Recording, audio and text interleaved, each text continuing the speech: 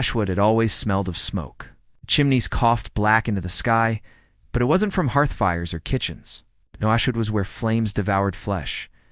Women whispered in corners, men clutched their Bibles, and children were taught that a glance, a twitch, or a dream could condemn someone to the stake.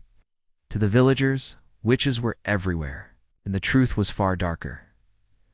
The beginning of Ashwood's trials, when the first accusations began, they were almost laughable. A farmer swore his cow soured because Widow Marin looked at him wrong. A young girl cried out in fits, blaming the healer who sold her mother herbs. The magistrates, emboldened by the church, ruled that fear itself was evidence. The flames began. One after another, the women were burned wives, daughters, midwives, healers. Their screams didn't silence the fear.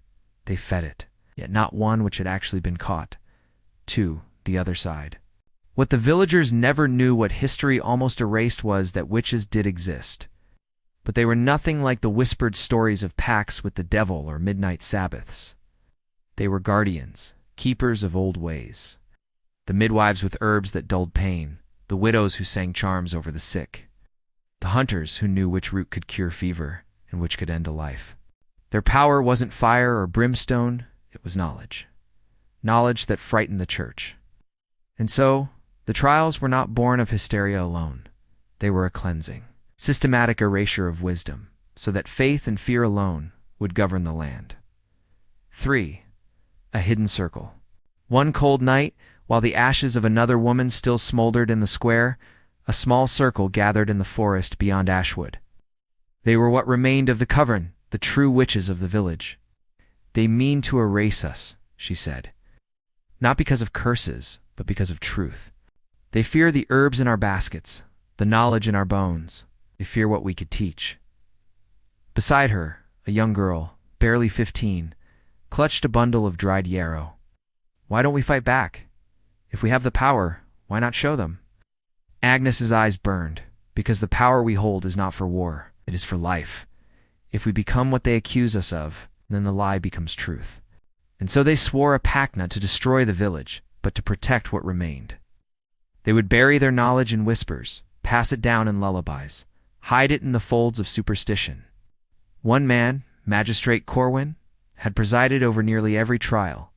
His hand had signed death warrants. His voice had condemned innocents to flame. But late at night, when the shouts faded and the fires dimmed, guilt gnawed at him. For Corwin had a secret. His own mother had been a witch. Not the monstrous thing the sermons warned of, but a healer. A kind woman with herbs and a laugh like sunlight. She had died quietly years before, never accused, never found. And now, as he watched woman after woman perish, he felt her ghost linger. "You know the truth," her voice seemed to whisper. "You know why they fear us?" One night, desperate for answers, Corwin followed the trail into the woods. He found them, the circle, the hidden coven.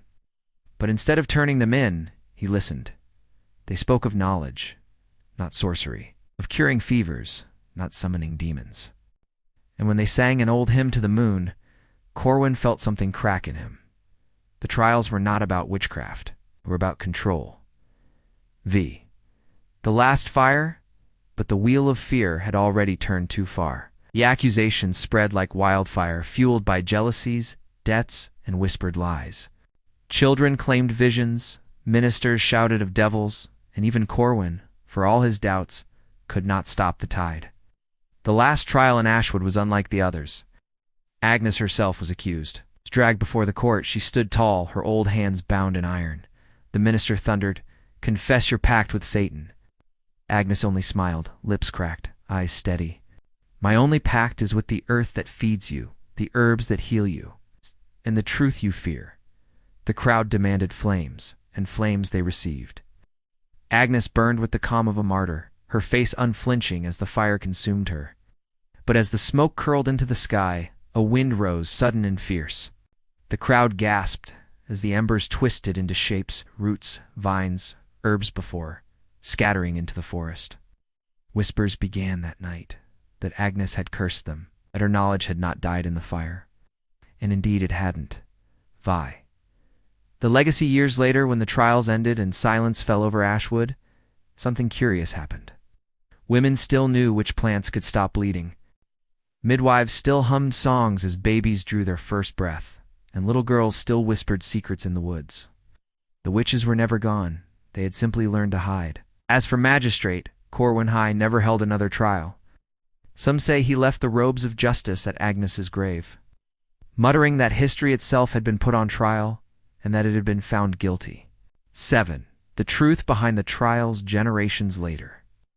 When people told stories of witches, they spoke of devils and black magic. But the truth lived on quietly, like a seed beneath the soil. The truth was that the trials had never been about demons at all. They had been about silencing women, burying wisdom, and stamping out the old ways. And yet the witches endured. In every whispered charm, every healing touch, every woman who dared to keep her knowledge alive, the flames of Ashwood had not destroyed them. They had only scattered their power into the world waiting to be remembered.